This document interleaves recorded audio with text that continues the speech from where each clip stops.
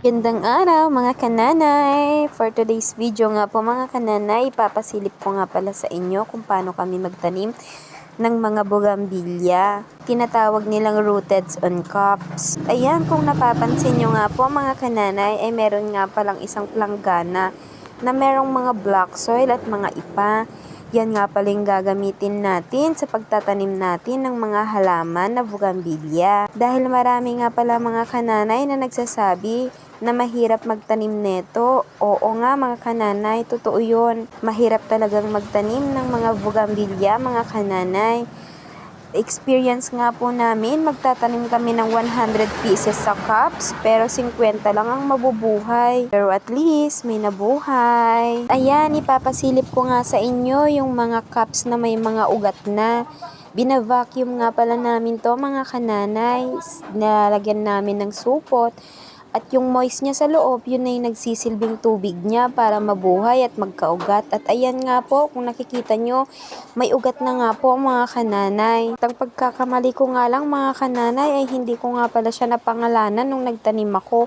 Kaya ayan, rumble-rumble na. Aantayin ko na lang nga pala yan na mulaklak para malaman ko kung ano yung mga bulaklak niya. Pag summer nga pala mga kananay ay may benta ang mga bugambilya. Pwede mo nga pala itong may benta ng 100, isang cup. Depende pa yan sa variety at depende pa yan sa laki mga kananay. At ayan, kung napapansin nyo, bottled water din pala yung ginamit namin. Mas maganda nga pala yan mga kananay.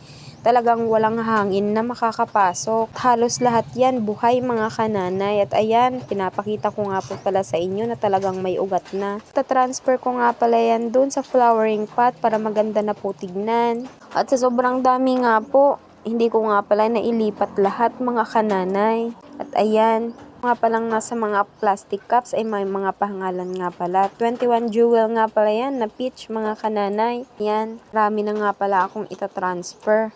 At yung lupang nakita nyo kanina, yun nga pala yung gagamitin ko para mabilis silang mabuhay kasi black soil nga pala yun mga kananay. At meron na nga rin pala yung tae ng kambing at tae ng manok, tae ng kalabaw, halo-halo na nga po. Yan, sa mga gusto nga palang magplantita ng mga bugambilya, sabayan nyo na nga rin po ako mga kananay. At panoorin nyo po itong video ko para matuto kayo kung paano magtanim. Pag nag-cuttings nga po pala kayo ng bugambilya, ay kailangan may patusok sa ilalim. At kailangan isagad nyo nga rin po yung puno dun sa pinakailalim para madali nyo pong makita kung may ugat na o wala pa. Pagkatapos, lagi nyong tatandaan na ang dahon niya ay nasa ilalim ng kanyang tinik para hindi po magkabaliktad kasi may tendency nga pong hindi mabuhay mga kananay kapag nagkabaliktad nga po ang inyong pagtatanim ng bugambilya. Kasi talagang medyo maselan nga pala ang pagtatanim nito mga kananay.